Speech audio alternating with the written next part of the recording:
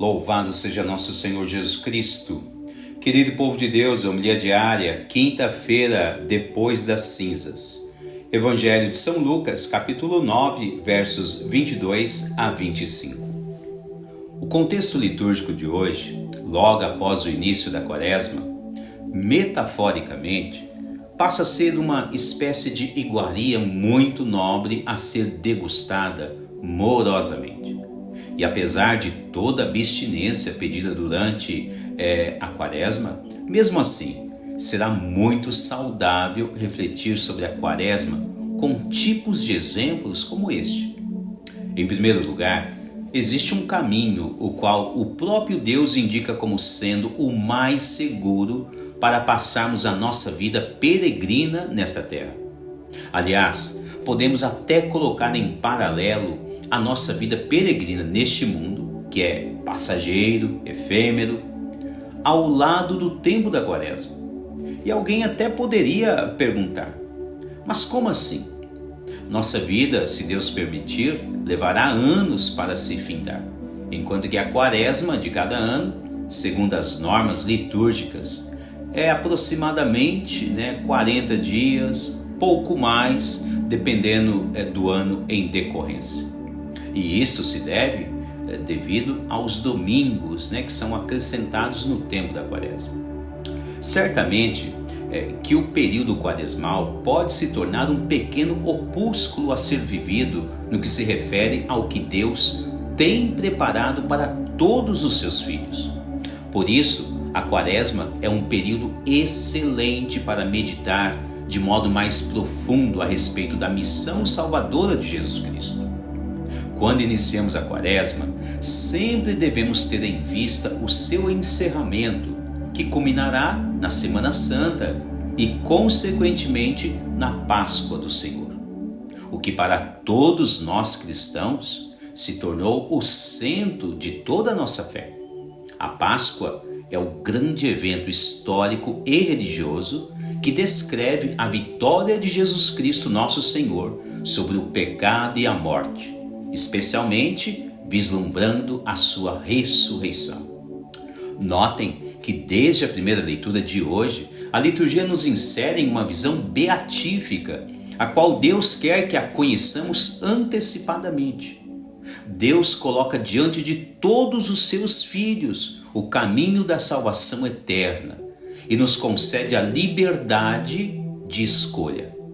Devemos aprender a escolher os bons caminhos, os quais são os meios que Deus irá restaurar e resgatar todos os seus filhos, aqueles que são seus. Podemos dizer que a partir do Filho de Deus, recebemos uma liberdade conquistada a preço de sangue. Por este motivo, é crucial seguirmos exatamente o plano de amor que Deus elaborou a todos os seus filhos. Textualmente, a primeira leitura diz assim: se obedeceres aos preceitos do Senhor teu Deus, que eu hoje te ordeno, amando ao Senhor teu Deus, seguindo os seus caminhos e guardando os seus mandamentos, suas leis e seus decretos, viverás e te multiplicarás, e o Senhor teu Deus te abençoará na terra em que vais entrar para possuí-la. Deuteronômio 30:16, na primeira leitura de hoje. De fato, Deus nos concedeu o dom da livre escolha. Mas se pararmos para pensar de maneira muito profunda, o fiel que é sábio deveria, de certa forma, se obrigar a escolher os preceitos divinos, pois somente assim teremos a possibilidade do regresso à casa paterna junto de Deus. Deste pensamento, entendemos facilmente o sentido da renúncia a qual Jesus aponta no Evangelho de hoje, dizendo que quem quiser ganhar a sua vida deverá renunciar à sua própria vida, tomar a sua cruz e segui-lo. O que será que devemos renunciar para obter a vida eterna como prêmio? Reflita você. Quais os tipos de renúncias que você deve fazer a partir de hoje para começar bem o tempo da Quaresma e assim ter a graça de receber como dom a vida eterna. Qual o tipo de renúncia que hoje Deus lhe pede? Esta é uma reflexão seríssima que deve ser feita por cada cristão em toda a face da terra. Com efeito, em toda a história sempre existiram os chamados nobres sentimentos, aqui entre aspas, nobres sentimentos, como por exemplo, as várias batalhas medievais. É fácil de lembrar que no período do medievo, muitos reis convocavam os seus generais, seus oficiais, seus soldados para combater em nome deste ou daquele reino, e sempre avisando-os que deveria existir lutas, às vezes sangrentas e por vezes a preço da morte. E aqueles reis, naqueles períodos, sempre ofereciam grande nobreza a todos aqueles que se tornavam guerreiros corajosos.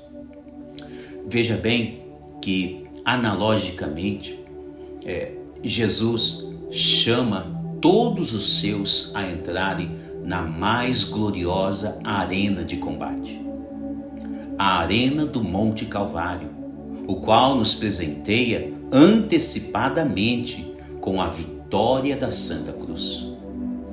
São Cirilo diz assim, que os grandes generais sempre incitaram a audácia nos valentes guerreiros, prometendo-lhes as melhores honrarias de suas vidas. E mesmo que eles tivessem que sofrer por sangue derramado, ou mesmo pela morte. Agora, veja bem, na visão religiosa, onde Jesus nos ensina qual o caminho de sua missão e qual o caminho da vitória que Ele quer nos conceder, é algo semelhante. Então vemos o próprio Senhor Jesus chamar todos os seus discípulos, apóstolos, toda a sua igreja, todos aqueles que estão desejosos em alcançar a sua glória. Evidentemente, existe a chamada prova aos que querem conquistar a vida eterna. Sim, é verdade. Uma prova que tem como pano de fundo, especialmente a partir do Evangelho de hoje, a renúncia da própria vida. Entre alguns tipos de renúncias, renunciar às próprias vontades. Notoriamente, de forma muito mais honrosa e bela do que qualquer outra batalha terrena, como ofereciam alguns reis antigos, indiscutivelmente, no caso de Jesus, o que está em jogo é a vida eterna. Renuncie à sua vida neste mundo, tome a sua cruz e siga Jesus. E terá assim um grande e preciosíssimo tesouro no céu. Louvado seja nosso Senhor Jesus Cristo.